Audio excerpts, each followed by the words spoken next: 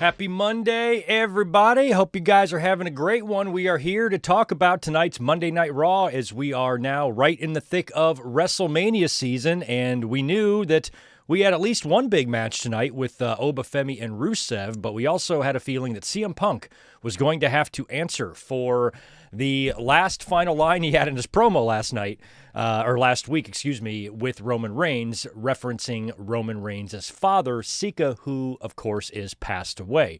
Closing segment tonight was a big talking segment between CM Punk and the Usos. The Usos kind of taking offense to what CM Punk said about their uncle and their family and demanded an apology from him in the main event segment tonight. Now, prior to this, they had already kind of teased this with a backstage interview, I believe, with Jackie Redmond, when she kind of brought that up, and they both kind of acknowledged that they need to speak to Punk about it. So once that interview with Jackie Redmond happened, we started seeing a lot of speculation online about how this match is going to go. And one of the things I've been saying for a couple of weeks now, ever since Roman and Punk was made official, is that, you're not going to get this match at WrestleMania between these two like you got Punk and Finn Balor. You're not just going to get a match with a winner and a loser and the new champ or, the current champ retaining, celebrating with pyro, and then the show goes off the air. That's it. You're going to need a story beat. You're going to need a swerve. You're going to need a surprise. You're going to need something. And that something may very well be a Bloodline reunion, which I know a lot of people are going to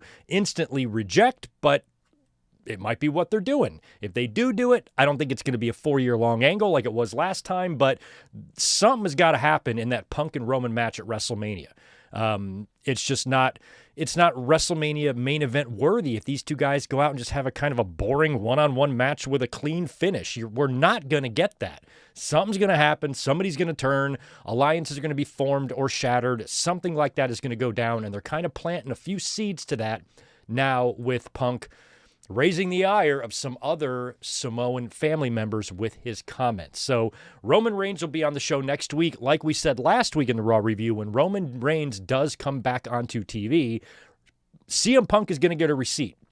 And he's going to get a receipt in the form of an insult to the beloved Larry. I think Roman Reigns is going to bark back with something about Punk's dog, since Punk brought up Sika. So we got that kind of in the main event segment tonight. We will be talking a lot about that later in the opening segment. Ain't no party like a masked man party, that's for sure. We got a big masked man party to open up the show with Seth Rollins. We'll talk about Obafemi and Rusev, what happened there. Also, brand new number one contender for AJ Lee's Intercontinental title. We learned that. And a few other things to talk about, including what appears to be an official babyface turn now for Finn Balor, as he has been booted out of the Judgment Day. That whole segment took place on Raw tonight as well. So overall, I thought it was an okay show. There wasn't a ton of spectacular things advertised, but I felt like for the purposes of WrestleMania, they were going to do enough to kind of further that stuff. So we got to come up here and do a Raw review every week between now and WrestleMania, because these are going to be really important shows, especially next week. Next week, I expect to really have things boil over with CM Punk and Roman Reigns, and Brock Lesnar is due back next week, and I have been very adamant about the next time he's on TV, somebody answers his open challenge. If they drag this shit out and nobody comes out there until 2 weeks before WrestleMania, that's going to essentially bury your entire locker room. Obafemi, I don't even think should wait until next week. After he beat Rusev tonight, he should have gotten on the mic and say, "Yo, Brock, I'll see you next week, boy." But he didn't. So I'm hoping that next week Obafemi is the one that comes out. But if Brock is in that ring next week and nobody comes out, Greg is going to have a big problem with that. A massive problem with that. And I don't often scream and yell and get pissed and go on rants. Too old for that shit now. But that's going to piss me off. So somebody better come out next week when Brock Lesnar is there. Also tonight, in addition to the Raw results, we're going to talk about the big news coming out of AEW today, as they are launching, prior to Revolution, they're going to be launching My AEW, which is going to be an international streaming service, and a little bit of that stuff is also available to us here in the States. So we're going to be getting into that as well, along with the Raw results and anything else you guys want to bring up in the chat tonight. Please let me know. Probably won't be a terribly long review, hour or so, maybe a little longer. And then we'll get up on out of here. It's been a fun weekend. We had a big podcast on Saturday. We watched WrestleMania 26 last night here on the channel. And then we got a big week coming up here this week. You guys are going to get Revolution predictions sometime this week. I think maybe Thursday, possibly even Friday. Not sure yet. Got to see how my schedule shakes out. Then we will be here this coming Sunday to watch AEW Revolution, and we will stick around and review that as well. We'll be here. Actually, I'm sorry, since we have Revolution's on Sunday, not Saturday, which means we'll do the normal podcast on Saturday. That's probably where I'm going to give you my Revolution predictions. I forgot that the pay-per-view is on Sunday, not Saturday. So that's kind of the plan this week. Keep a lookout on the channel for links and all that jazz. And in the meantime, make sure you subscribe. For tonight's video, make sure you smash that thumbs up button because I would like that. Lots of people are on YouTube doing Raw reviews on Monday night, which is why I don't do many of them during the rest of the year. But for WrestleMania season, I figure I need to be here with you guys every single Monday night. So if you are here right now, thank you so much for being here. Let's do some quick shout-outs, and then let's jump into the news, shall we? Melissa is here. So is Rodrigo. We got Nick Musser in the house. Zane G, thank you for the $2. Garrett Osborne, happy National Napping Day. Wow. Well, I didn't take a nap today. I didn't need to. I was off. I can't take naps on my day off. I get plenty of sleep, but I did not know that it was National Napping Day. And I didn't even take a nap. That sucks. Jim K is here. We got Red Raven Rucker. Good to see Ryan. Good to see Kevin Mash as well. Family's doing great, my friend. Thank you for that. We've got San is here as well. Ajax Johnson, David Brown, just a few of you in here right now. Thanks again to everyone who is hanging out and those of you who are showing up a little later on, chiming in, saying hello to the chat. I'll get to all your hellos later, and any super chats that come through, we will knock those out as well. So happy Monday to you guys. Lots to get into in terms of WrestleMania here. So we got a lot of discussion, but we are going to open up with the other company first. And that, of course, is this big news today coming out of AEW about AEW's new streaming subscription platform that they are going to launch. I think it's either launching now or in just a few days. It's launching before Revolution. That's all I know. And basically, it's called myaew.com, and this appears to be like a replacement for Triller, which I believe Triller is a subscription service that fans internationally are using. You guys in the chat who live outside of the U.S., you can let me know how you follow AEW, but I believe that's what you use to subscribe to, which gives you the pay-per-views included. I think this appears to be kind of a replacement for that since Triller has all sorts of issues. This also has nothing to do with the current U.S. TV situation. Now, off the heels of that Paramount and WBD merger, I think a lot of fans saw the timing of this as, Tony Khan's panicking and they started the streaming service in case the TVs get dumped or whatever. One has nothing to do with the other. At least that's not what it appears to be. Now, I was late checking out some wrestling news today. I was busy doing other shit. It took me a while to finally pull up my phone and kind of look at what was going on. By the time I did, I was already in my car. So then I start seeing all this stuff about my AEW, and I'm like, holy shit. It looks like AEW has started their own WWE network. It's going to have the tape library to AEW and Ring of Honor. You're going to be able to watch all of AEW's current pay-per-views on this service as well. And then I read the fine print, didn't read the bold print. The bold print is international, which, when I initially saw this, I'm like, I was really happy, but I kind of thought to myself, I'm like, how are they able to start a streaming service when they already have TV deals with WBD and all that shit and HBO Max? Like, how's that going to work? And that's because it's international. So it's not for American Gregs, it's for international Gregs. So I was a little bit sad about that Greg can't enjoy this. Now, a lot of you guys have been pushing me to get that VPN. Can I get a VPN and essentially order this? Can I do that? Will it let me? I don't know. So you guys might have to tell me how all that shit shakes out. But essentially, this platform is going to give availability to a wide range of fans globally to watch AEW programming. As a matter of fact, Brandon Thurston had a good breakdown of what this is. Actually, before I show that, let me just read you the press release, a couple paragraphs out of the press release that AEW released today. And this is Kiswe, Kiswe, is that how you say it? Kiswe, the global leader in streaming technology and services, and AEW, one of the most dynamic brands in professional wrestling, today announced the global launch of MyAEW, a new digital platform for All Elite Wrestling. Powered by Kiswe, the platform gives fans immersive access to live and on-demand events outside the United States and Canada, a dedicated fast channel with ad-supported viewing available to fans globally, and more exciting features to come in the near future. The MyAEW.com AEW.com platform is designed to bring the global AEW fan base an immersive digital experience, connecting fans with the best in-ring action, behind-the-scenes moments, and exclusive digital content, laying the foundation to become the central hub for all fans of professional wrestling. Launching ahead of AEW Revolution, which features stars like MJF, Hangman Adam Page, Jon Moxley, Willow Nightingale, FTR, and the Young Bucks, this partnership marks the beginning of a long-term evolution for My AEW with continued advancements and developments over the next year. So this is great. This is a nice step. I mean, I wish I lived internationally because this is a one-stop shop, and that's what I've always wanted. And WWE gave us that WWE network, that splendid WWE network, for a very short amount of time before they started realizing that they can start farming out their shows and their pay-per-views individually for individual media rights deals and just make gobs and billions of fucking dollars. So we only had that great WWE network for a short amount of time that was basically your one-stop shop. Now you got to go to Peacock, to ESPN, wherever the fuck else, Netflix, for Raw. So having this available internationally for all the fans, at least you know where you have to go now to watch this stuff. You don't have to go to 9 different platforms to consume AEW content. You can just go to one spot. Now, like I said, Brandon Thurston had broken down all of the different sections of MyAEW.com and where they will be available internationally. So you can go back later and pause this video if you want to look at this, but I'm going to throw this on the screen here just for a couple of seconds.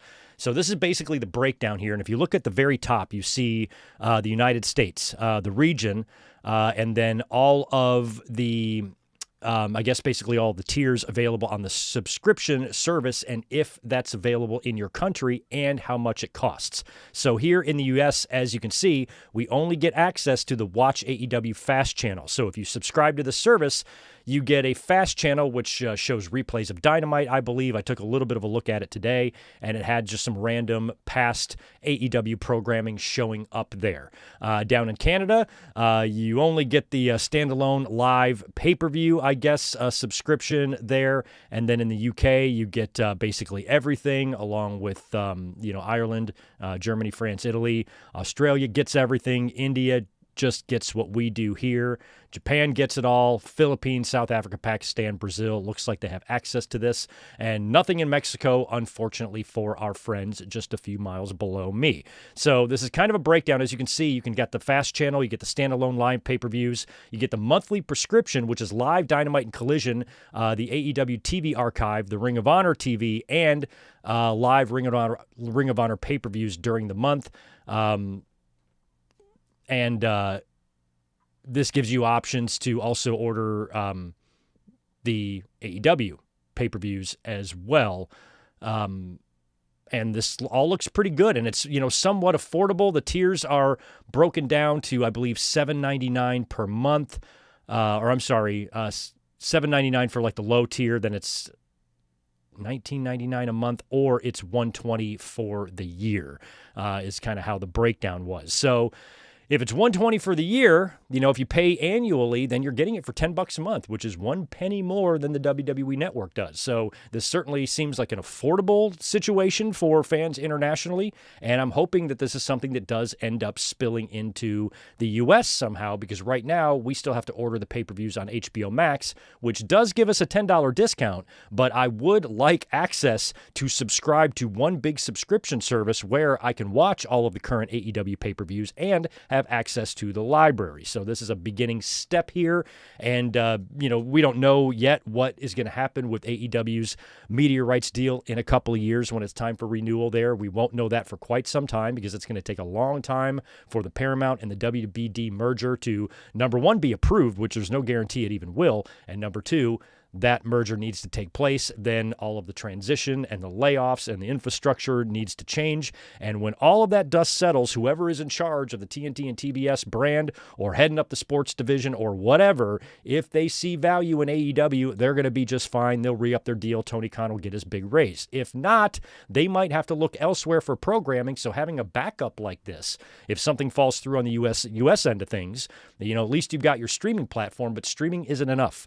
If you want to be an effective competition to WWE and a big number 2 here in the country, you need a TV deal. And I'm not concerned with AEW losing a TV deal completely, like they will be on TV somewhere. It's just a matter of, will they be with Warner Brothers Discovery? Will they continue to be on TBS and TNT for the next 10 years to come? We don't know that yet. As a fan, I hope they do. I like the history with that network and professional wrestling, and it just kind of gives you this comforting feeling that, I'm a 50-year-old man that's had wrestling on TBS my whole life. So that's kind of cool. So I don't want them to have to go anywhere, but if they have to, they have to. That's just the nature of the business, especially when you're getting these super companies forming and these big mergers that are absolute disasters and do nothing positive for entertainment at all. They just do a lot for greed and billionaires and shit like that. Now you got the Ellison family, who basically owns 2 legacy studios, and they're going to turn CNN into Fox News #2. Isn't that wonderful? So we don't know how any of that shit's going to shake out yet, but if that does present any problems here in the U.S. for Tony Khan or AEW in the future, it's nice to see that they are, really working hard to develop streaming platforms and digital platforms to, make their content available. So I think this is good. I'm a little bit jealous we don't have this here in the U.S., and, with AEW too, the money is going to be in the TV deals. So unless they sign, WWE, they're a big global brand. So for them to put just one of their shows streaming only on a platform as big as Netflix, they had the luxury to be able to take that chance. I don't think AEW has that same type of luxury, where I think they need to remain on TV along with their streaming options. It's got to be a 1-2 punch. It can't really be one or the other. You can't be just on TV because fans are going to crave that digital content, but you can't just be on streaming either because you're not going to reach enough people, without being at least on cable television in some form. So this, I think, is good news. I think it's great news for fans internationally, but like I said, I don't live over there, so I don't know, I don't live outside the U.S., so I don't know what you guys are paying already and how this is going to compare to that. But I would assume, based on some of the things I've heard with Triller and wherever the fuck else you have to go internationally to consume AEW content, this seems like a simplified answer and should make things pretty easy for fans. So that's pretty good news coming out of AEW today, and myaew.com. Pretty cool. We will see how that grows, how that evolves, and how many more advancements come to that, especially when it comes to the library, because it does look like the pay-per-view library is there. I didn't catch if it was the old Collisions and Dynamites and all of that. So this thing will continue to grow and evolve, hopefully. And eventually, hopefully, everything AEW related, since they're only a, 6-year-old company, hopefully everything that they've done can be available over there for fans to watch. So that is kind of cool. So we wanted to talk about that at least because I thought that was pretty big news coming out of AEW land today. But it's Monday night. It ain't Wednesday night, so we just got to give a little bit of love to Elite Land there, and now we got to talk about tonight's Monday Night Raw. Like I said, it opened up with a masked man party. Ain't no party like a masked man party. It actually opened up with my doppel, Adam Pearce. He's out there, and of course he is pretty concerned about what happened last week with Seth Rollins, who came down and stomped Paul Heyman's face into the mat, bloodied his shit all up, trickling now. Oh, my God, that was so good. And so Pierce is out there and be like, look, Rollins, I know you're in the building. I need you to come out here. So he does, but he does in the form of a hoodie and a mask. Shows up, stands up on the announce table, and he's joined by at least 15 other dudes in black hoodies and masks. So just when the fans are about as fed up as they are going to get with the hoodie and the masked man shit, which seems like the only thing WWE knows how to do, they throw 15 of these motherfuckers right in our face. That is them ribbing us, I swear to God. So Rollins then gets in the ring. They do this little dance, this little shuffle where Rollins gets all shuffled up in the mask guys, and then he stands in the middle and takes his mask off, and Adam Pearce talks to him. Now, Pearce is basically saying, you are not cleared. So in storyline, Seth is not cleared, but in reality, he's cleared. But in storyline, he's not cleared yet. So Pearce is like, basically, hey, you are not cleared, so if the Vision gets their hands on you, that is going to be the end of you, and that's not good for me or this brand or my job or the company or anything. So you need to, I think he tells him to like leave the building or something. That's when a very, very angry Logan Paul and Austin Theory come stomping down to the ring. Now, Logan Paul might be a little bit extra angry because he has been issuing challenges to NFL football players to box him. And then he released a video on social media of him taking a call from WWE management. I forget his name, Chris something, had called Logan Paul. He put it on speaker and live streamed the whole damn thing, where he was told by WWE management, by his bosses, that he cannot box any NFL players. It's like, come on, man, these guys can't box. They're football players. They suck. They're pussies. It was pretty funny. He's like, nothing's going to happen to me, bro. Nothing's going to happen. And they basically just shut the whole thing down. And so whatever Logan was going to do, I guess he can't do. But before he starts issuing these challenges, didn't you want to check with WWE management anyway? But what I also find so funny about that is Logan Paul is a full-time contracted WWE star. This guy's got hundreds of millions of dollars in the bank. I am very surprised that someone as rich as him, that does not need WWE at all, he could never wrestle again, and he will still, be owning multiple mansions in his life. It's not a financial thing. He's not dependent on WWE for any of his livelihood whatsoever. And I'm surprised that somebody with that level of success outside the company wouldn't have written in their contract, hey, if you want me, that's cool, but I'm going to do whatever the fuck I want in my spare time. I'm surprised somebody of Logan Paul's stature, quite frankly, didn't have that in his contract. Like, I don't want to be exclusive to you. I'll wrestle exclusively for you. But if I want to do other fun shit, like, I'm going to do it. And then if you don't like that, let's adjust our contract financially to make it okay for you guys. I know you want to protect your investment. You don't want me to get hurt and blah, blah, blah. But if I was Logan, I would have just been like, hey, I might box a motherfucker. They let Brock go do UFC. They let him go do that. So I'm kind of surprised that Logan is getting contractually cock-blocked by WWE, and they are not going to let him box NFL players. And he seemed to be handling it pretty well because he was out here pretty pissed off, doing his job. And Logan, like I said, Logan and Theory, pissed off about what happened to their wise man. And so as they're about to kind of attack him, Rollins puts the hoodie back on, and he shuffles himself back in with all the masked dudes, and they leave. And then Rollins basically just disappears in the mob of masked guys, and that's when LA Knight comes out, and he's also joined by the Usos. So they show up and attack the Vision. Logan Paul and Austin Theory retreat, and Knight and the Usos stand tall. So we were wondering about the Usos and LA Knight, what they might be doing at WrestleMania. One report over the weekend, we talked a little bit about it on Saturday, is that if Braun Breaker is good to go, then Punk obviously is going to wrestle Braun Breaker. If Braun Breaker can't go, then it's probably going to have to be Logan Paul, because I don't know who else it would be unless they want to do Seth and Brock. It would have to probably be Logan Paul. But if Braun Breaker is ready, then there's been talk of maybe Logan Paul and Austin Theory taking the tag titles from the Usos. So maybe we could see that. We don't know. But after this segment, that's when we cut backstage, and that's when Jackie Redmond asked the Usos directly if they had any thoughts on what CM Punk said last week in his promo to Roman Reigns. And then Jay is kind of fired up still from what was going on out in the ring. He's like, no, man, I got nothing to say, CM Punk. And then Jimmy's like, no, wait a minute. We actually do. Basically telling Jackie, thanks for reminding us. We almost forgot. We got to go talk to Philip about some of the shit he was saying about our family last week. So that immediately was kind of like, the very first thing I thought of in my head was the Bloodline. I'm like, oh, shit, because something's going to happen. We're not just going to have Punk make his entrance at WrestleMania, then Roman make his entrance, or vice versa, champ out last. Then you do the entrances or the intros. Then the bell rings. Then you have the match. Then you have the winner. Then the winner celebrates, and the show goes off the air. Not happening. It's not going to be that simple. It's got to be way more than that. This is WrestleMania Night 2 main event we're talking about. At the very least, we've got to have Travis Scott, right? So something's got to happen.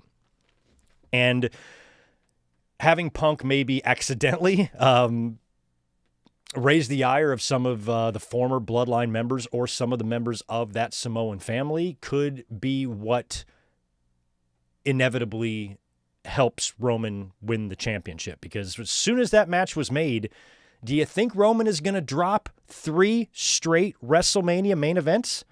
We're talking 40 and 41 he lost, right? And 42, or no, he wasn't in 42 main event. What the fuck did he? Oh yeah, last year was the This year's 42. Last year he was in the night one main event in the triple threat. So it was 40. He lost to Cody. Last year he dropped the match in the main event in that triple threat on night one. So this year he's back on night two again. Is he going to lose again? He's going to lose for the third time. Did Hogan lose 3 WrestleManias in a row? No. So I don't know. I feel like Roman, the minute this match was made, Roman's going to win that title. Unless Roman's going to be part-time, unless he's just going to come in, do the match, and then leave again until SummerSlam. But it sounds like Roman is probably going to win the belt. And if he does, fans are going to immediately have this, they have this PTSD from the Bloodline and Roman's long 4-year run. That's not going to be repeated. They're not going to do that whole thing again. Now, the Bloodline did have moments there where it absolutely printed money, but they are not going to run with a 4-year-long Bloodline angle again. So the problem is fans just... I don't understand how they don't realize that, because I can already see the complaints. Oh, they're going back to that. I'm like, it's not going to be 4 years. We're not going to have to wait a whole nother presidential election for Roman to drop the belt. It's not going to be that long. This one will probably be way shorter.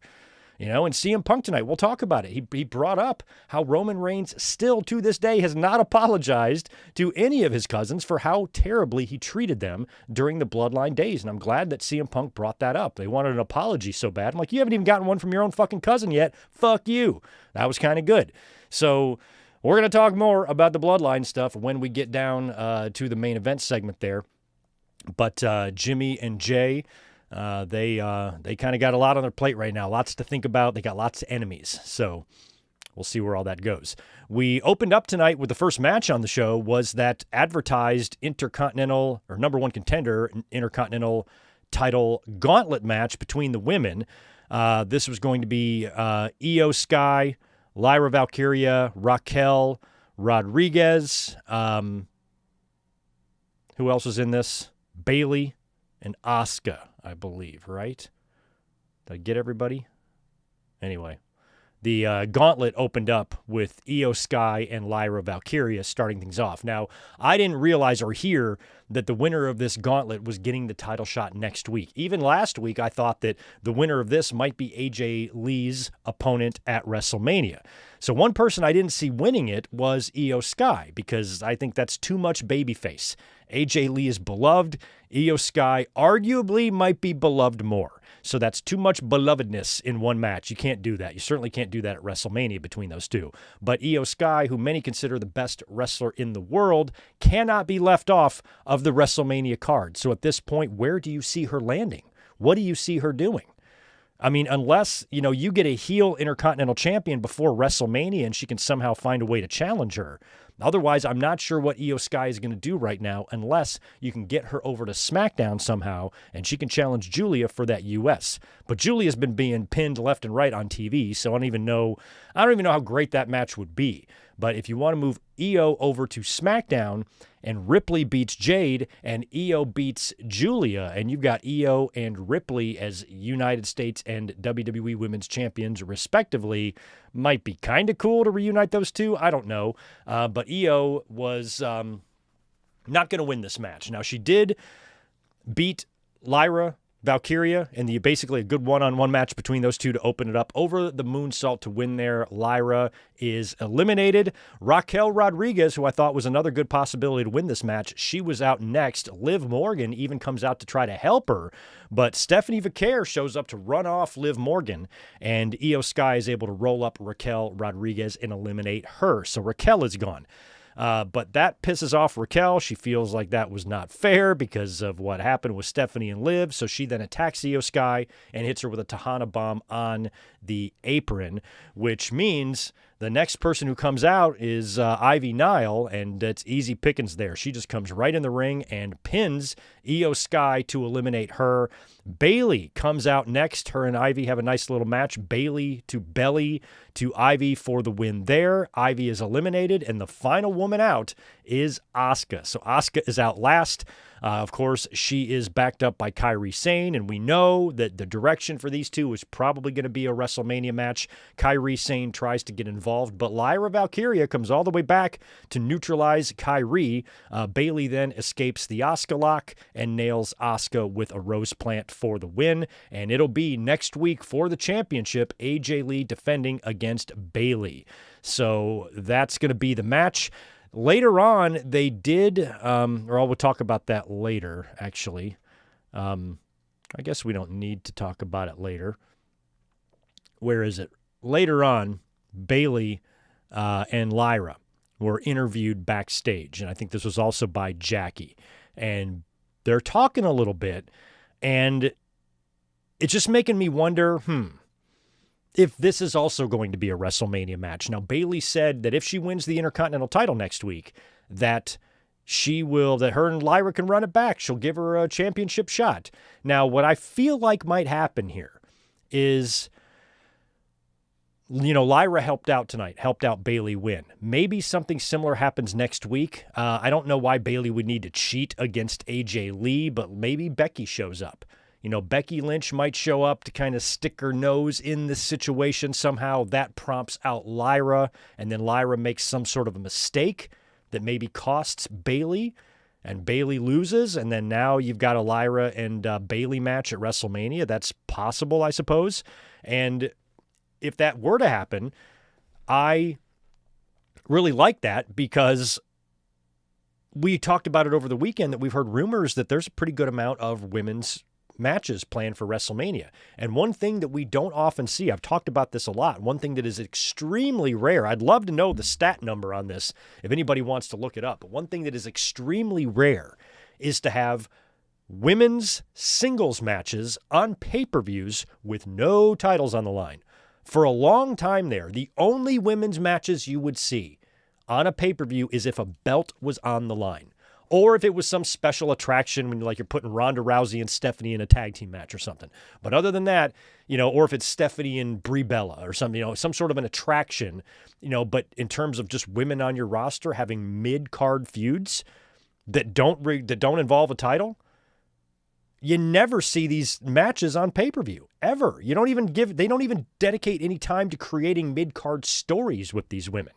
And so if something goes down here between Bayley and Lyra, you could essentially, theoretically, maybe on WrestleMania not only have all of your women's championship matches, like Liv and Steph, like Jade and Rhea. You might have you're definitely going to have an Intercontinental title match for the women. You're probably going to have a tag team title match for the women as well. Julia's U.S. title's up in the air. We don't really know. But in addition to all those women's championship matches, you could also have a couple of non-title matches between the women, which you never, ever, ever, ever get. One of them obviously is going to be Kyrie and Asuka, and the other one could be Bayley and Lyra if Bayley falls short to win the IC title next week. Maybe she wins. I think that would be a really short run for AJ Lee. And at this point, I don't know who AJ Lee's opponent at Mania is going to be if she survives Bayley. But they've been keeping Becky off of TV. So I feel like Becky's going to come back, and it might wind up being a match that involves AJ and Becky again. And I did mention how I could see a multi-woman match for the IC, and we could definitely see that happen. You could involve Maxine if you wanted. You could involve Natalya. You could involve Bayley and Lyra. Maybe, this is just an idea, women's Intercontinental ladder match. Throw a bunch of girls in there, let them go nuts. WrestleMania 31, right? Danielson won the IC in the ladder match, right? Do the same thing, just do it with the women. So that's an idea. But I like the fact that the women look like they're going to have decent representation this year at WrestleMania. And the biggest thing is that lady right there, that dish, that smoke show Bayley, who got screwed out of WrestleMania last year. She better get a goddamn match this year, that's for sure. And I feel like a lot of what we saw tonight is setting that up. So Bayley might not be left out of Mania this year. They might be making that situation right. I still think when Bayley's contract is up, she should go to AEW, have Paramore make her a theme. Lyra should follow her, and they should just have some kick-ass fun over there. What's she going to do, hang out in catering, Greg? No, she's friends with Mercedes. She has very, very powerful friends there in that locker room. She's going to be fine. She ain't going to be disappearing in catering for 6 months when you're BFFs with Mercedes. Not happening. So for all the people, when I brought up Bayley going to AEW before, they'd immediately think that she's going to be treated like fucking Anna Jay or something. I'm like, come on. It's Bayley.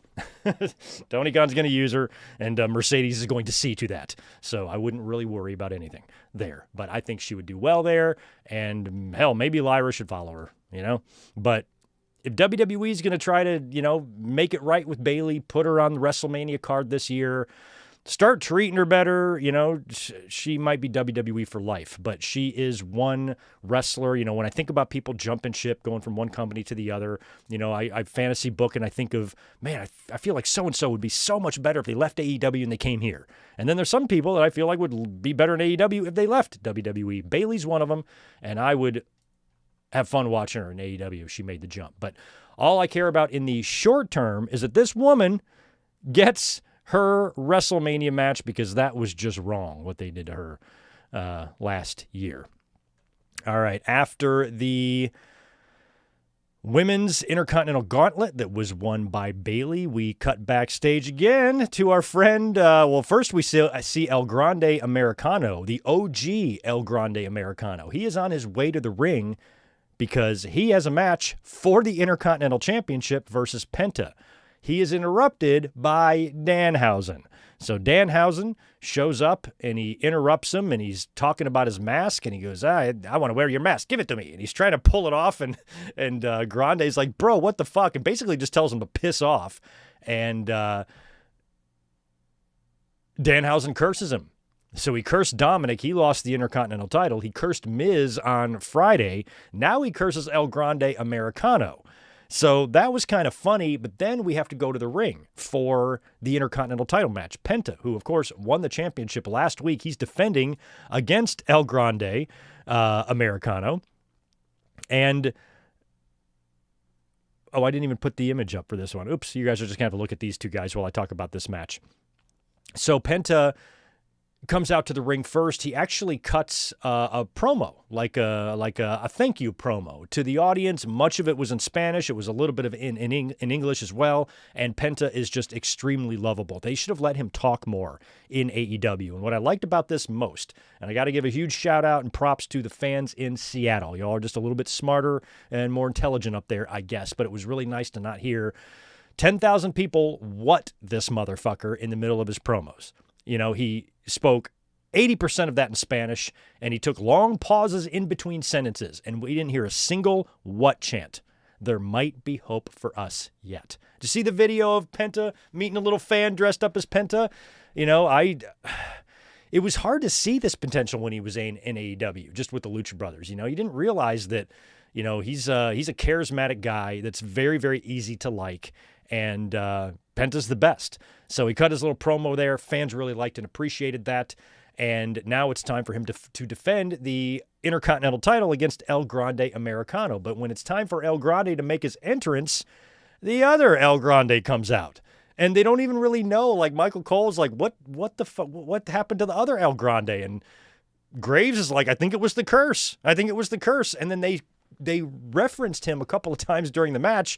You know, Cole, I think they had a commercial break, they came back and Cole was like, we're back on Monday Night Raw, Intercontinental title on the line. Penta's supposed to be facing OG El Grande Americano, but we don't know what happened to him. So the other El Grande Americano is in here. The fact that they just didn't know what happened to him, like, well, I guess this is what we're doing. So I guess the other one got the Intercontinental title match instead, which was kind of funny. I kind of got a kick out of that.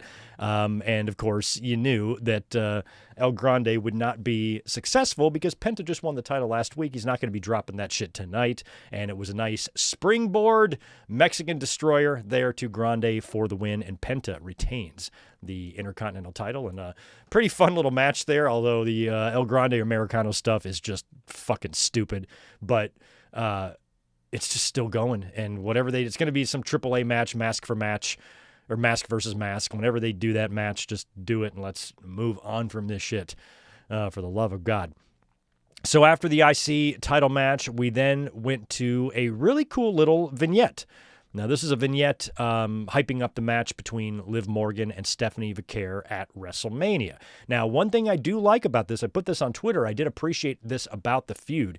The thing about the women's division sometimes with WWE is when, you know, you put two women, on a collision course for a title or they're in a program or something, so much, and this isn't a knock on the women, this is a knock on WWE, but so much of that is really, really kind of like generic, has no substance to it. There's no real issue at all in the story. It's just usually a lot of just empty promos with really, really basic threats.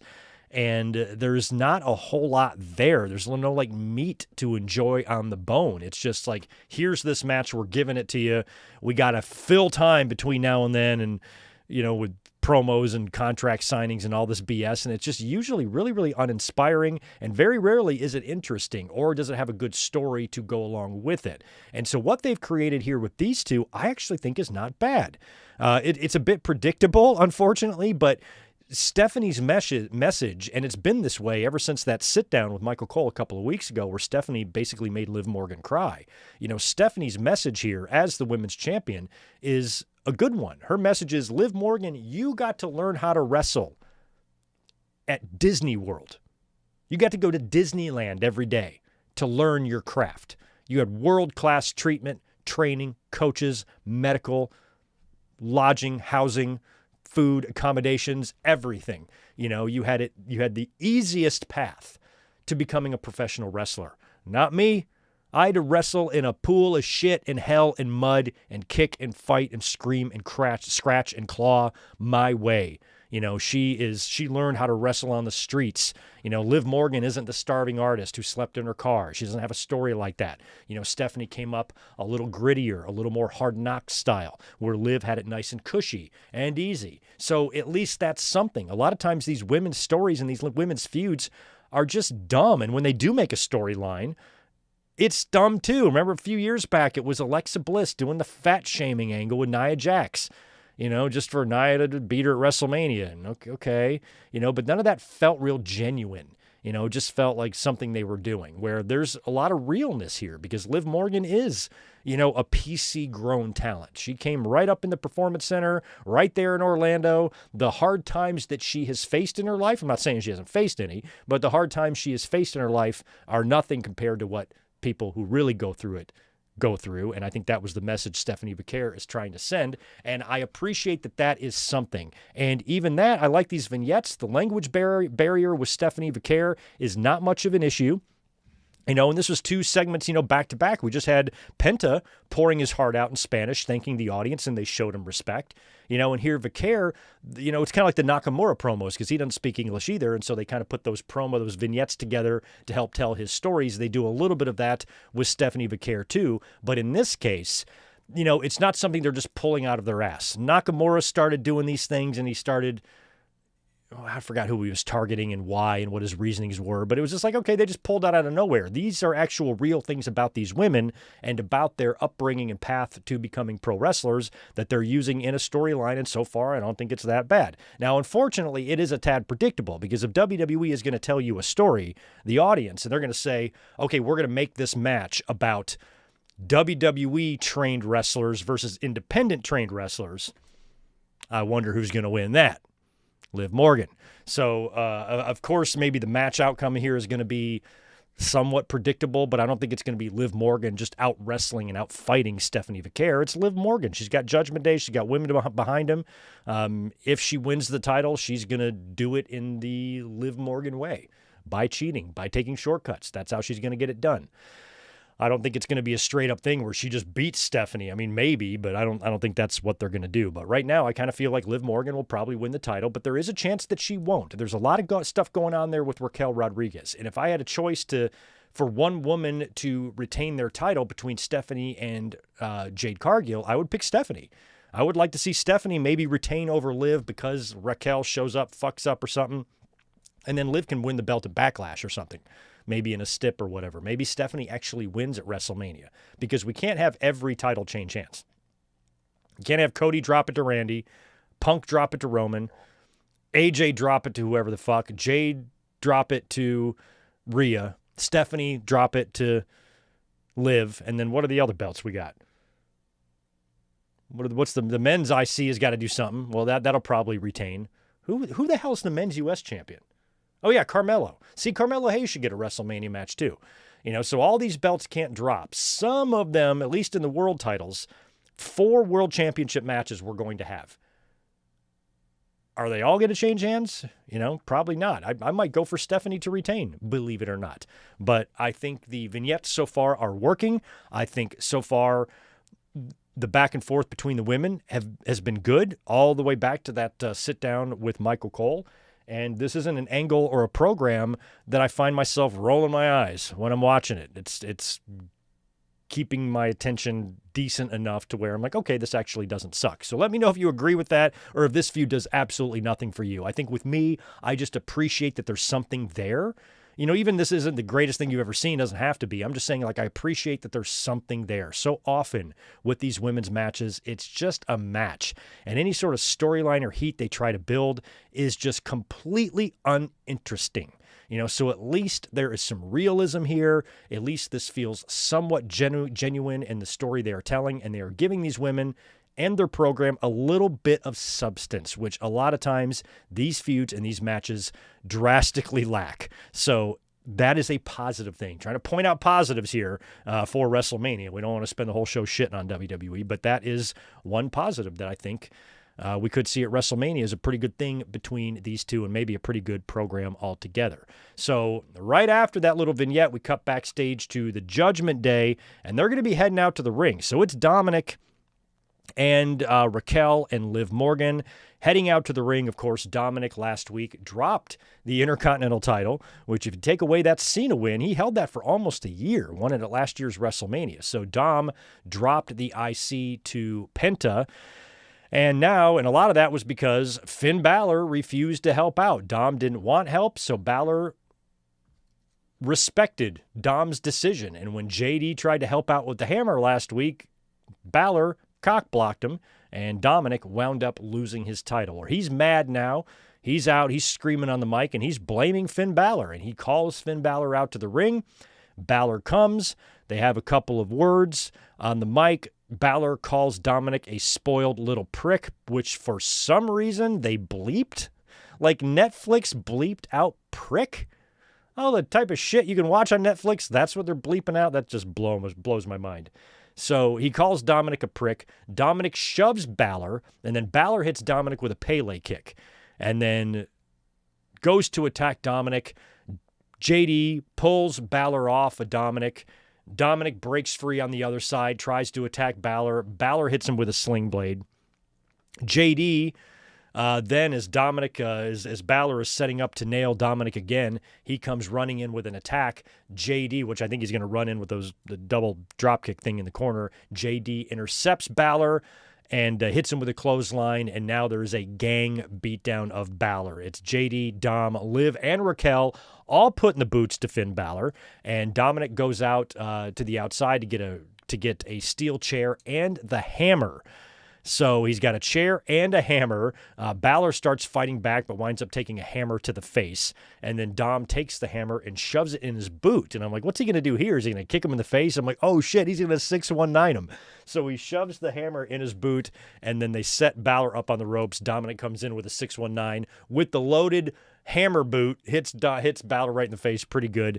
And then Dom goes to the top and hits a frog splash. JD then gets on top of Balor after he's taken all of this punishment and bashes him with the chair a couple of times, and then puts the chair on top of Balor, and Dominic goes off the top for one more frog splash. So Balor finally, after all of this time, is finally out of the Judgment Day. I thought we were going to do Balor and Dominic for the Intercontinental title at WrestleMania. I still think we're going to get Balor and Dominic. It might not be for the IC. Maybe it's for the AAA Mega Championship. I think Dom's got to defend that against Vikingo prior to WrestleMania, and he will likely drop that. So he might be going in with no championship here at WrestleMania. And now that Penta is the champ, are they going to do a multi-man there too? That's how what they did last year. We had a multi-man. That's how Dom won it. It was Dom and was it Dom Balor and was it Dom Breaker and Penta? Is that what it was? Maybe it was a four-way.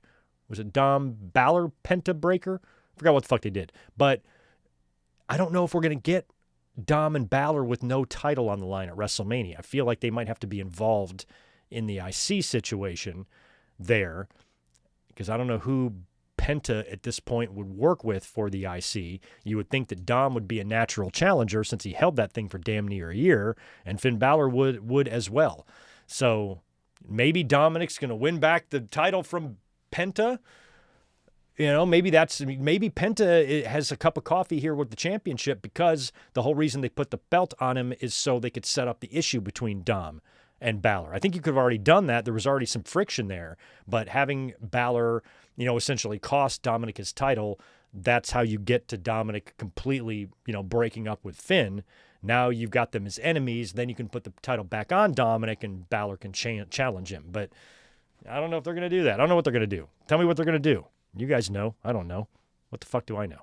Anyway, after that, we cut backstage to Javon Evans, who is being given some nice props there by Adam Pearce. Gives Javon the night off. He goes, I can be off? Cool. All right, sweet. I'm going to be off. And then Grayson Waller and Kofi Kingston show up. Grayson gets in Javon's face a little bit. Kofi tells him to cool it. Give us a couple of minutes. Give me a minute with Javon. Grayson doesn't want to leave, and Kofi's like, get the fuck out of here. Let me talk to my man here. So Grayson leaves, and Kofi basically, more or less, kind of offers his services to Javon Evans. Hey, I'm a former WrestleMania main eventer. I'm a former world champion. You too can achieve the same successes I had, but you got to have the right people in your corner. You have to have the right people looking out for you. You don't have to answer me right now, but just give it some thought. With the right team around you, you can be as successful as me, and you don't have to do it alone. So Kofi, a little bit of recruiting here for Javon Evans. I don't know what this is going to mean, if it's going to, involve Evans actually maybe partnering with New Day for a little while. I mean, a kid like that with a couple of veterans, just to play off of on TV, get your feet wet. When Cody came in, what'd they do? They stuck him with Bob Holly, got him used to shit. And Javon's already been, a Raw main eventer. He's worked Elimination Chambers. It's not like this guy needs a ton of hand-holding here or anything like that. But he is a child. This guy was 6 years old when I first started doing YouTube videos. So he is a kid. So Kofi, kind of looking out for him. They might link him up, or this is just going to be him denying the New Day's advancements, and that just leads to Javon versus these guys. It's a program, and Kofi and Xavier do everything they can to help put the kid over. That's probably what it's going to be. But if Javon wanted to be a temporary New Day member, he sure is bouncy. Kofi's bouncy. New Day loves to bounce around. You give Javon Evans a trumpet, fun things might happen. Give that boy a pancake and just see where it goes. That's all I'm saying. Just see where it goes. You don't have to commit to anything. Just one little pancake in the hand. Maybe a box of Bootios. Give him a box of Bootios, a pancake, and a horn. And then just put him in a room and watch him. And then see what happens. You never know. New Day could be a three-man unit once again. But I have a feeling it's probably going to go in the opposite direction. All I know is I love Javon Evans. That's all I know. I just love that kid. He is tremendous. He's great. And I love how absolutely, obscenely, and ridiculously young he is. I wish I had that many years ahead of me. I'll be rooting for that kid. After that segment, that's when we had the Bayley and Lyra interview, which I talked about earlier, so we'll skip over that. And then it was time for the big match that they've been building for a couple of weeks now, Obafemi versus Rusev. Now, they've had a couple of backstage interactions. Finally, everything came to a head last week when they mixed it up a little bit, but the match itself was scheduled for this week. So now finally we get in the ring officially, Obafemi versus Rusev. This was going to be an Oba win all the way. And, I had mentioned earlier, and I mentioned on social media tonight, that it really bugged me when Brock Lesnar was out in the ring issuing his open challenge and nobody came out there. So I've been pretty adamant about the next time that Brock is in the ring, which is going to be next Monday night, that he gets his challenge answered. You cannot drag this bullshit out. You cannot have a locker room that consists of Gunther and Obafemi and Brock sitting out there and everybody's too chicken shit to come out there and confront him. That is asinine. And those writers, there's no way they can be that stupid to write that. So I think Brock needs to be answered next week. I'm hoping the reports are true and it will be Oba, but I even thought that tonight, after he was done beating Rusev, he should have grabbed the mic right there and answered the challenge. Because if it's leaked that the plan is for Oba, when he does come out next week, assuming that is legit, it's going to be a great moment and stuff. But, a lot of fans are going to expect that. Yeah, we've heard WWE's going to do Brock Lesnar and Obafemi. I think Oba getting on the mic here and just surprising us by saying, I'll see you next week, Brock. You're like, oh, shit. Cool. They kind of just let us know. And I would have been fine with that. I don't think it would have spoiled anything. I don't think it would have ruined the moment of Oba Femi coming out there. I think it would have given fans more reason to tune in. Let me ask you this. If you're trying to convince fans to tune in, what would you prefer? Knowing that you're going to get a Brock Lesnar and Oba, like what would make you tune in more? Knowing you're going to get Oba Femi and Brock Lesnar in the ring together, or knowing you're going to get Brock Lesnar and a mystery person in the ring? You know, if you know you're getting Oba and Brock, you're going to tune in. I want to see that shit. If you know you're getting a mystery, you're probably going to tune into that too, but there's a chance you could be disappointed. You know, so I feel like both of them would encourage people to tune in. But if WWE doesn't want to, waste the moment on the mic after a match and they just want to, have the big entrance or whatever, that's fine. But I think it would have been fun if you just did things a little differently, a little bit more realistically. You know, Oba Femi, if he already has in his head that he wants to challenge Brock Lesnar, why is he going to risk Brock coming out to the ring and somebody jumping the gun on him? If he wants to face him and he's just going to be like, oh, I'll wait till next week and when Brock is out there, I'll come out there. But what if somebody else comes out there? What if somebody comes out there first? What if their music plays before yours? Then they get the match with Brock. You could have ended this whole thing right now by just getting on the mic and you say, oh, yo, Brock, you know that open challenge? I'm that guy. Oh, anybody else in the back you've been thinking about answering this open challenge? Don't. I've got this. Would have made more sense to me. But as long as we get Brock and Oba, I'm going to be happy because I think that's the match you have to do. The other one would be Brock and Gunther, but Gunther might be setting up something now with Rey Mysterio based on what happened last week, Dragon Lee and the mask coming off.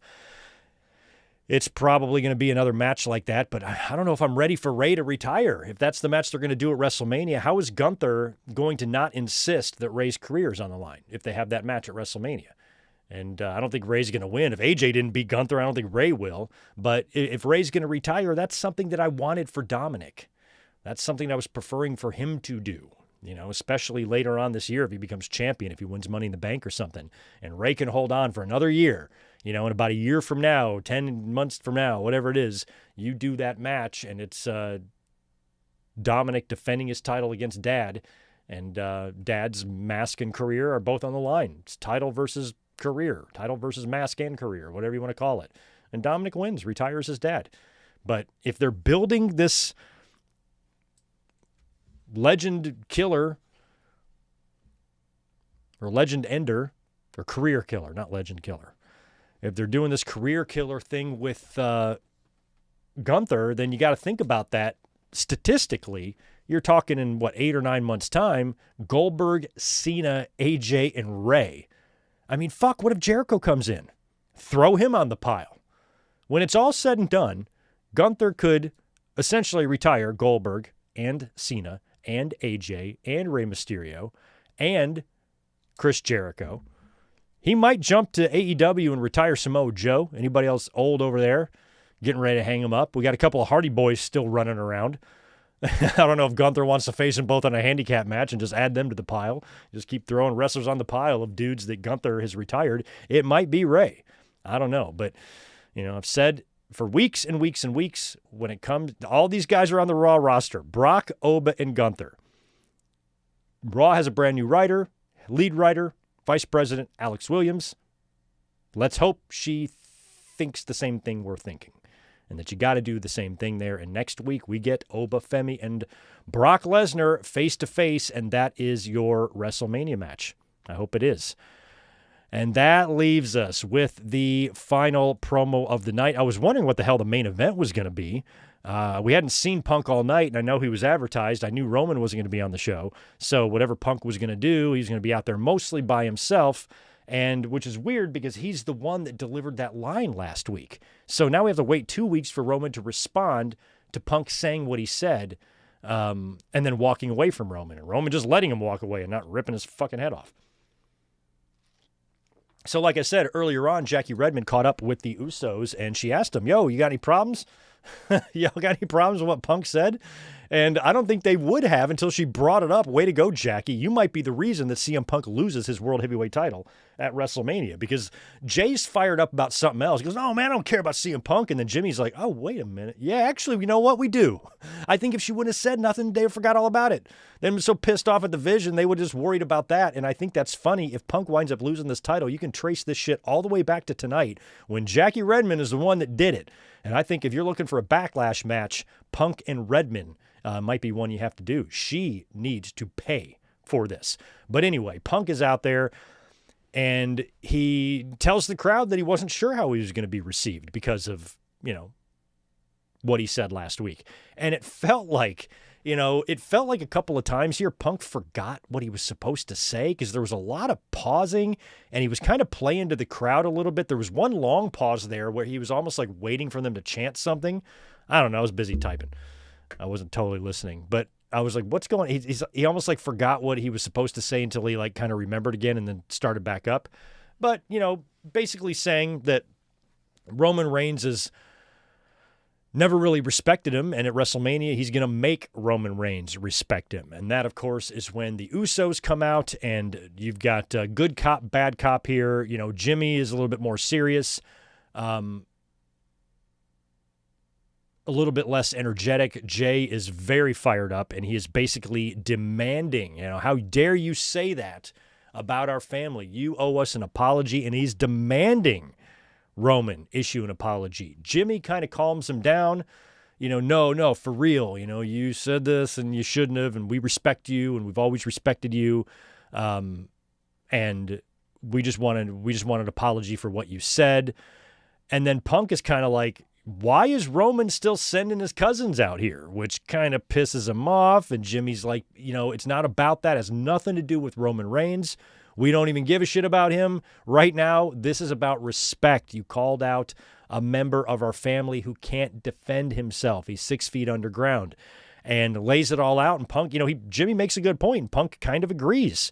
And Punk even said, he goes, okay, you're right. He goes, your brother came in a little bit hot, but you're right. You make good points. Sika's not here to defend himself. And, a lot of people don't know this, but I myself once sat under the Samoan learning tree. Your uncle, he said Afa was way nicer to him than Sika. He kind of mentioned, he always said he didn't know Sika as well as Afa, but had the privilege of, learning under the Samoan learning tree.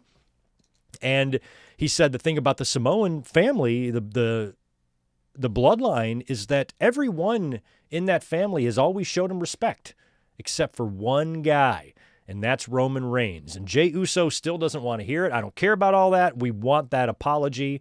So Punk basically says, okay, I apologize. I'm sorry. And he shakes both guys' hand, and you knew there was a but coming. And he goes, I'm sorry that Roman Reigns treated you two like garbage, and he never said he's sorry to you. And that is a really good point. I mean, Roman was awful to those guys. And when they reunited as babyfaces after the Bloodline split, and, Roman was kind of welcomed back by his family, we've talked about that. It's been brought up multiple times that Roman never did get that apology out of the Usos for how he treated them. And it was brought up several times, and Punk bringing it up again. So that does not please Jay. He's now pissed that Punk kind of went back on the apology, and Jay shoves Punk, and then Jimmy comes in with a punch and knocks Punk down. Doesn't really hurt him, just knocks him on his ass, and the Usos kind of back off. So they're kind of setting the stage for you here and letting you know that the Usos are probably going to be playing a role of some kind in this match with Cody and Punk. Now, this could be a swerve. We've talked all night about the possibility of the Bloodline reuniting, and the Usos or Samoan family members having something to do with Roman Reigns' victory or him winning the title. Many fans even saying that we could see a full-blown reunion of the entire Bloodline faction. And, I mean, maybe Sammy even gets back into it, because that would be so fucking awesome. But Sammy's over on SmackDown. But if they had the whole Bloodline reunite and you reform that faction, and now you do the whole thing on Raw with the World Heavyweight title, a lot of fans think they might be going in that direction. But I think a lot of alarm bells went off in our head the minute that Jackie Redmond interview took place backstage, because the minute the Usos were asked about that comment from Punk, a lot of fans kind of thought the same thing. I saw a lot of Bloodline comments on social media instantly as soon as Jackie interviewed those guys. So we all had the same idea. So maybe WWE's counting on that. Hey, let's make the fans think the Bloodline is going to reunite at WrestleMania. But Jay and Jimmy Uso, because they still have never gotten that apology from Roman Reigns, choose to turn their backs on him and maybe turn heel with Punk or something. I mean, maybe they reform the Shield somehow, Punk's new version of the Shield that shows up and helps Punk retain over Roman Reigns at Mania. Roman Reigns was a member of the Shield. That faction, that idea was originally set to be backup for CM Punk to be his Shield until they kind of changed their mind about how they wanted to do all that. But that was the original intent. So Punk can create a Shield 2.0 to back him up, and maybe the Usos can be a part of that. This is just talking here. But like I said earlier, that would mean that Roman Reigns would have lost 3 consecutive WrestleMania main events, which isn't like bad or anything. It just seems unlikely. There's nothing wrong with it, but WWE might think there's something wrong with it. And like, no, we can't do that to Roman, 3 WrestleManias in a row. But if Roman is going to continue to be part-time and he's not going to hang around much between now and SummerSlam or between WrestleMania and SummerSlam, then why are you going to put the belt on him? If we're going to have your champion on Raw on the show every 6 weeks, 4 appearances between April and fucking August for Roman Reigns on Monday Night Raw. Is that what you want to do? Roman's going to have to stick around a little bit if he's going to be champion. So we don't really know, but I think there's got to be some sort of, basically whoever wins this match is going to have help from someone. And I don't know if WWE's trying to make the fans think the Bloodline are headed for a reunion only for the Usos to wind up siding with Punk, or if the Usos are going to be there to back up Roman and then maybe Punk has a trick up his sleeve. Some people that Punk's had history with before show up randomly and help him out. I mean, you don't want to do this every year, but the WrestleMania 40 main event was a lot of fun. I was hoping they would even overbook it more than they did. I wanted an overbooked bonkers mess. The only thing I wish we would have had was Stone Cold Steve Austin instead of The Undertaker. But other than that, I did like the way that was, they went so nuts in that match. And that might be something you have to do in a match like this with Punk and Roman. There might have to be a couple of surprises, and we don't know if Paul Heyman is going to try to get involved here. We don't know if Seth Rollins is going to show up. I mean, Seth Rollins might have something to do with this too, because he's going to be, he don't even know who he's really wrestling right now, but he's got issues still with CM Punk, and we never got that Roman Reigns match either. Plus, I think Seth Rollins and Roman Reigns could be a pretty likely SummerSlam match, or maybe even King of the Ring if they do that again in Saudi Arabia, which based on everything going on right now and over there, I'm not sure if Saudi shows are really that safe right now, but if they end up happening, it could be a Saudi show. I don't know. But right now it feels like at least they're setting up for, they're answering the question I had, basically. I've had that question for ever since the match was made. Is it going to be a match, 2 entrances, bell rings, match happens, winner, bell rings again, winner celebrates, pyro goes off, fade to black? Can't be that. It's got to be more than that. So having the Usos be a part of this, teasing stuff like Bloodline reunions or teasing, some sort of a turn, one guy, using something to his advantage to win the title, or Punk, doing a full-blown heel turn here, or Roman going back to a heel. I don't know. But one thing we talked about on the podcast on Saturday, one thing to think about when it comes to the right now as it stands, something could still change on the SmackDown end. We're getting the contract signing this Friday between Cody and Randy. So unless that thing becomes a multi-man deal, as it stands right now, our 2 main events for WrestleMania, Night 1 and Night 2, consist of 4 baby faces. Randy and Cody is a baby.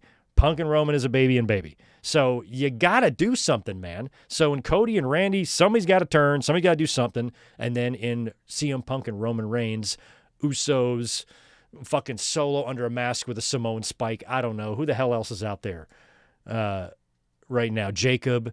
But he's going to be mixing up with Drew, at least it looks like right now. Unless they put, they could do the thing on Friday night where people crash the contract signing and then add their name to the contract.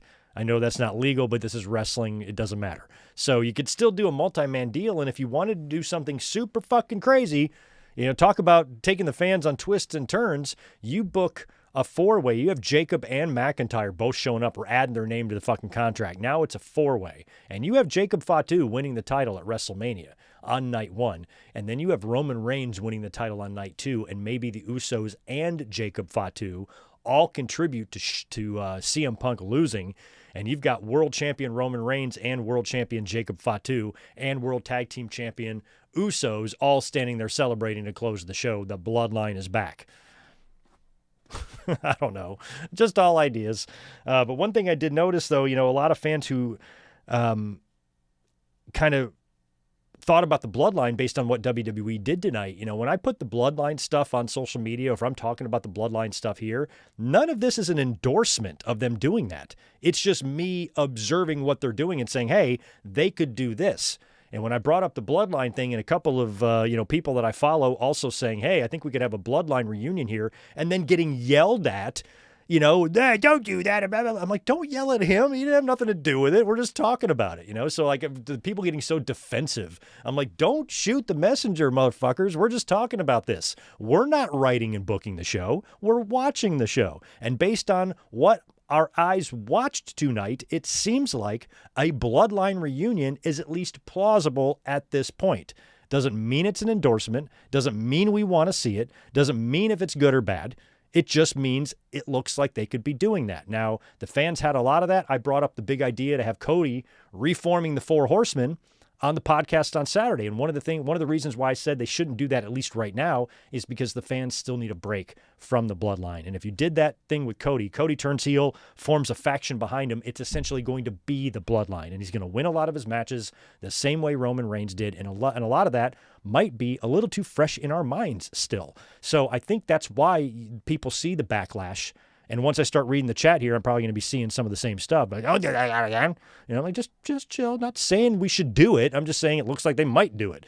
But when you look at it like that, I'm like, okay, would that be a good or a bad idea? I'm not anti-Bloodline reforming for a couple of reasons. Number one, it did big business. And, Roman arguably might be a little bit more interesting when he's kind of in that setting. What I don't think is going to happen, and I don't think we need, is for some sort of a Bloodline reunion that lasts 4 years, and we've got Roman as champion until 2030. That is not going to happen again. So I think fans, too, they can't separate that, and if they think Bloodline, they think they're going to get literally the exact same thing we got before for 4 years. I think this would be a short-lived run. I think if Roman does win the title at WrestleMania, he will not hold the title for a year. It might be a WrestleMania to SummerSlam thing or whatever. I can't see Roman having another dominant run. I think from now on, Roman needs to have regular-sized runs. Regular runs, the same length of runs that every other wrestler has. No more of that 4-year shit. Hold it for anywhere from 3 to 12 months. Maybe he does hold it a year, but I think a year is too long. I think whatever belt Roman holds again, we're talking in the 6-month range there. For someone like Roman, 6 to 8 months, 4 to 8 months, something like that. So if that all happens, Roman wins, Bloodline is reformed, then you can take another stab at that Seth Rollins and Roman Reigns match, maybe have that at WrestleMania or maybe at SummerSlam, and maybe at some point CM Punk and Seth Rollins, we saw it with Cody and Rollins, maybe at some point Punk and Rollins, if Punk doesn't come out of WrestleMania as a heel, Punk and Rollins could find themselves on the same page. Essentially, Rollins is back as a babyface now. Turned heel, joined up with Paul Heyman, created the Vision only for them to boot him out literally months later. So now, Punk and Rollins obviously hate each other, but if they've got a new bloodline to contend with, they might find themselves as people with a common enemy and could align somehow. So, maybe that could be, both those guys are old and injury prone. Seth gets injured every year. Punk's had some very unlucky injuries as well. Their bodies are not as durable as they used to be. Put them together. Lighten the load on both of them. Maybe they can form, I'm just trying to think of Triple H Shawn, a rated RKO, alliances like that. Punk and Rollins together is, one of the most unlikely alliances ever. Might be kind of fun and maybe something they could do with them. I don't know. Win the tag team titles together or something like that. Go on remember when Al Snow and Mick Foley went to the amusement park and they ran on the roller coaster together? Like, do that. Show them, like, walking, eating ice cream cones, having a good time, walking hand in hand, going on the roller coasters together. Oh, my God. It'd be so great. Fucking bromance up in here. So, anyway, lots of ideas of how WrestleMania can go. But now, like I said, it appears that there are going to be more elements at play in the Punk and Roman match beyond the participants themselves. Good. That's what Greg likes. All right, let's see what you guys are saying in the chat, and if it's not too active in there, I'll go ahead and get up out of here and have some dinner and chill out with Elizabeth this evening. But again, thanks to everyone who has been here this evening. Please mash that there thumbs up button. I will push this audio out to the podcast feed right when we're done. So if you want to listen to this in podcast form, you can do that. That'll be up in less than an hour, so just keep a lookout. All right, I want to thank Garrett, I got that one. I want to thank Michael Games, member for a month. Greetings, Greg. Booked my trip for San Diego Comic-Con in July. Hopefully I have time to enjoy dinner at your restaurant while I'm there. My God, I have not been to Comic-Con yet. I've been living here for 15 years and I've never gone because I'm not like a comic person and I don't really watch like superhero movies, but it expands beyond so much of that, I think I could totally go and have a good time. I don't think I dress up or anything like that, but going down there, I'm surprised that in all these years I never really have. It's just a madhouse down there. It's fucking nuts, and I've never wanted to deal with it. But maybe we can meet up, man. You never know. We've got Janine, or J94 Neen. Thank you for the 5. Punk was right. He was wrong mentioning Sika, but how is Roman not called out about Dusty and putting down Usos? In the end, Roman still hasn't changed. That is a good point about Roman mentioning Dusty. Forgot about that. Punk brought that up, and how Roman treated the Usos, which was borderline abusive, and they put up with it, and they took it, and it caused a lot of mental problems, and they really struggled, to get through that whole situation, especially mentally and personally and all of that. So what Roman did to them, what he did to their mind, their character, their personalities, their being, was cruel. And they still haven't gotten a thank you. That's why WWE might be leading us down that breadcrumb trail to a Bloodline reunion, only to swerve us in the end and have the Usos help CM Punk beat Roman Reigns. That might actually fucking happen. We don't know.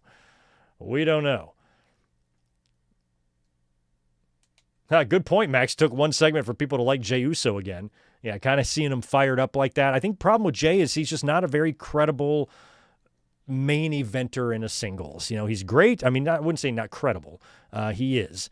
But he just, he didn't perform well in that spot. Fans didn't really accept him as a world champion. Very critical of his work. A lot of those critiques, there was validity to them, although a lot of it was rooted in hate too. But there was some truth to some of it. But when he's Jey Uso in the Bloodline, when he's Jey Uso in the Usos, he's much easier to tolerate. And he was fired up tonight on Monday Night Raw, defending his family. Good point, too. One thing I didn't mention, a lot of people brought this up on social media. GQ Smooth 87, The Rock, being a part of this as well. I don't want Dwayne. I am fucking sick of him. The last couple of WrestleManias, he is completely fucked up by showing up in the WrestleMania 40 stuff and wanting the match with Roman to the point that they're going to take it away from Cody. But then they kind of wised up on that, and then Rock just shoehorned himself in, found himself in a WrestleMania main event wrestling again and pinning Cody Rhodes before he goes on to win the title. And there's all that creative dissension there and uncertainty, and maybe there was some rivalries developing behind the scenes that weren't good. And then, of course, the following year, we think it's going to be great with him being a part of John Cena's heel turn at Elimination Chamber, only to not have anything to do with WrestleMania. And then his explanation was even worse. And it basically, if you read between the lines, it just sounds like he couldn't get what he wanted creatively, so he went away. And he just fucks shit up. I like The Rock. He's one of my favorites ever. But with him being a board member now and him being so far up his own ass about everything, He can talk for 45 minutes and not say anything. He can literally speak for 45 minutes and nothing will come out of his mouth. Nothing. Just jibber jabber. And he just takes so long. He takes you on the scenic route. He describes what can be described in 5 words. He takes 5 paragraphs and essentially ends up telling you nothing. And he's not, I feel like, with him, it's too much of like, it's got to be my way or I don't want to do it with him. And I just don't think that's very creatively healthy. The creative team's got enough going on. If Rock was, wanted to be a part of everything and was all business and just all open to doing whatever the creative team wanted, then hell yeah, have The Rock there. But, he's too much of an influence. He's too big of a personality. He wields too much power. And I think his involvement, his last couple of WrestleManias, even though a lot of what they did at WrestleMania 40 was great, that beatdown of Cody in front of his bus was one of the best segments I've ever seen on pro wrestling television in my life. A lot of that final boss stuff was very good, but it's almost not worth it, for Rock's presence to be back there, screwing up an already very chaotic situation. And with Dwayne, I don't want him unless he's all in on something major, unless they've got some sort of a big storyline about to drop and Rock is 100% committed to it. Him and Triple H are on the same page. Everybody is kumbaya. Then, fuck yeah, give me some of The Rock. But when The Rock just randomly shows up at the end of a pay-per-view to hold up a couple of fingers, and then we talk about it for months and it essentially doesn't mean anything, just randomly showing up places to help boost ticket sales or just to BS us for a little while, or to start putting the idea in the fans' head that you're going to be a big part of something and then you're not. Fuck Dwayne. I don't want anything to do with him at this year's WrestleMania unless he's here for a big reason and he's all committed and everybody is on the same page creatively and all that. None of the fucking mess and, where they don't know which way is up and that translates into a shitty product on camera. If they're all in on it and Rock's on the same page with Triple H and vice versa, then do whatever you want. But every time Dwayne shows up, it complicates things and it's getting to the point now where I don't know if it's worth it. I've got all I need to get out of The Rock. I was a big fan of his. I saw all of his great moments right from the very beginning. I watched Survivor Series 96 live with my friends in the second ever apartment I ever lived in 1996 on a little Magnavox 19-inch TV. He came out there with that Chia Pet hair, and I've watched everything he's done ever since. Massive Rock fan. Go down as one of the best ever. But as a fan, do I need him involved in anything anymore? No. Only if it's the right situation. I don't want him to be forced in, and I don't want him just to be there to complicate things that already aren't going very well behind the scenes in terms of creative writing and whatnot. So if it's going to be a Bloodline thing, then The Rock showing up could be a huge deal. The Rock coming out and rock bottoming CM Punk in the middle of the ring to help Roman win, that could be kind of cool. Now, another thing we got to remember is that we talked about the story not long ago on whatever podcast it was, a few episodes back, when the story was coming out about the Saudis wanting to throw big time crazy fucking money at The Rock to have his final match at next year's WrestleMania. And if Rock is going to have his final match is going to be against Roman Reigns. So if that were to happen and the Saudi family or the royal family is going to chuck a ton of cash at The Rock and he agrees to it, and let's say he might have already agreed to it, you set that in motion at this year's WrestleMania. So having The Rock come out and either help or hinder his cousin Roman Reigns could be what sets up the WrestleMania 43 match in Saudi Arabia next year in the main event. Sounds like night 2 main event could be The Rock versus Roman Reigns next year. But for this year's purposes, you don't really need him unless it's maybe to set that up. Another thing, I don't know if it would be Roman winning the title here and then Rock and Roman for the title and Roman holds the title for the whole year. That match doesn't really need the title. We've talked about that before. You could do Rock's final match, but it might be better if it is for a title versus career or something like that. Or if maybe Rock wants to come back and have his retirement match against Gunther, if you could imagine that. But I think Rock's going to want to have it against Roman. I thought, Rock should work with Roman last and Ray should work with Dom last. But what if Gunther retired to both of them too? That would actually be pretty funny. So you got to think about next year, Saudi Arabia, assuming a Saudi Mania even happens. I would love for it to fall through. Obviously, I don't want any war and any conflict. It pisses me off what's going on over there. And I hate that we're involved in yet another fucking war, and that's a whole nother conversation. But, if things don't get better there, they might have to cancel Mania and bring it on back over here. Maybe give it to New Orleans, who you stole it from. Give it to New Orleans and then take it back to Saudi when things cool off. I don't know. But if, for hypothetically, argument's sake, if they would have already made an offer to The Rock that he is in principle agreed to, then you could set everything in motion at this WrestleMania and you could, in fact, have The Rock come out. If The Rock is going to come out, number one, I don't need him, don't want him. I'd be fine if I never see him again. But if he does come out, as long as it's for a purpose, as long as he's just not here, hello, goodbye, and as long as there's a reason for him being here storyline and he's committed to it and everything is smooth sailing behind the scenes with him and Triple H and other people in charge, fine. But only then will I accept. Okay, thank you for the correction. Danhausen did not curse The Miz. He just threatened to curse The Miz. That's right. Okay. But he did curse El Grande, right?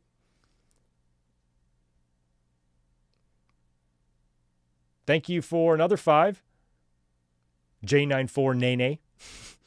What if instead Roman tells the Usos to stay away due to Punk egging him on that Roman can't beat him without help? Yeah, things like that might be said, and that's why, I might keep your eye out for like a swerve here. Maybe it's the Usos that are going to help Punk, because the way, as soon as that interview, like I said, with Jackie Redmond happened with the Usos, a lot of Twitter was talking about Bloodline. So that instantly popped up on all of our radars. Nobody called it. We all called it. So if it happens, don't be like, I called it. No, 10 million fucking people called it. So we all see it coming, and WWE might know that. So they might say, hey, here's the breadcrumb trail leading this way, but we're going to hit you with a big surprise once you get to the finish line. We will see. Yo, Lil Bud J. What up, good mic work? I've been watching your videos since the beginning. Goddamn, I love your content. Just became a member a few weeks ago, and I'm proud to be a member of the family. Thank you so much, Lil Bud J. Glad you're here, and thank you for all of your years of support, man. That's awesome. That is awesome. Nice. Crush the Crusher. You just ordered Demolition Axe and Smash t-shirts coming in 2 weeks. I've never had a Demolition t-shirt before. I've never had one either. I'd like to have a Demolition shirt. Those guys are great. I really want to try to meet them before it's too late. I hate saying that, but they still travel and do conventions all the time. They both seem to really, really love it. And Bill Eadie, I remember years ago, I thought he's had some serious health problems and stuff. So the fact that he's still there, they're still out doing it. I would really like to meet Demolition. They were actually here in Los Angeles, maybe like 6 to 8 months ago or something. But it's a 2-hour drive. I'd have to go up there. I didn't have time to make it. And I don't think they were down here in San Diego. But if they're ever here in San Diego, I will meet Demolition. I would like to very much. Oh, Zane, I didn't catch that. You are in the hospital with a staph infection. Oh, man, bro. All the best to Zane. Zane's my boy. I've met him before. Oh, man, yeah, I hope staph is bad. Staph's gnarly, so I hope you're feeling all right, too. And best of luck, bro. Best of luck. Pull through on that. I'm glad you're there, though, getting treated. Yeah, I did not, Zane, I also did not see... I shouldn't say I didn't see. I haven't watched. I did come across that Thea Hale video, but I didn't watch it. But I guess the gist of it is that she's been getting some online hate. Why? It's probably the same shit everybody else gets. People are awful. So I think she put out a video, basically talking about it. But, we've seen the same thing recently with Harley Cameron. She was flat out bullied off the app, and we've seen this time and time again. Fans are just so nasty, and especially Twitter is such a cesspool that sometimes you just have to deactivate, and sometimes it can really get to you. And Thea Hale's young, so this just to hear just the worst people imaginable, just do nothings, in life, just being hateful. It's the craziest thing. And it's always the faceless accounts and all that crap that does it. But I don't know Thea Hale's specific situation, what specific heat or hate she's getting, but I never think that shit's right. And I'm glad that to see a lot of people have been supporting her. But yeah, all the best to you, Zane. Keep me posted too, bro, on what's going on with you. Hope all is well. All right. Well, I think that kind of brings me to the end of my notes, and over here in the chat, looks like we got everything in for this evening. I knew tonight wouldn't be a very long podcast, but we still put in a few hour. What did we do? Hour and a half or something? It's not bad. More than that. So yeah, we talked about a lot as we are on the road to WrestleMania. So you guys stay tuned. I'll be putting up, I've got some content in the works. Hopefully I can get some of it posted. I've got so many shorts. I probably have 20 shorts I can post. I've just got to kind of finish them off. So I got to do all that. And then also, we'll be here this week for the podcast. We're also going to do Revolution predictions. And then on Sunday, this coming Sunday, we're not going to be doing a classic watch along.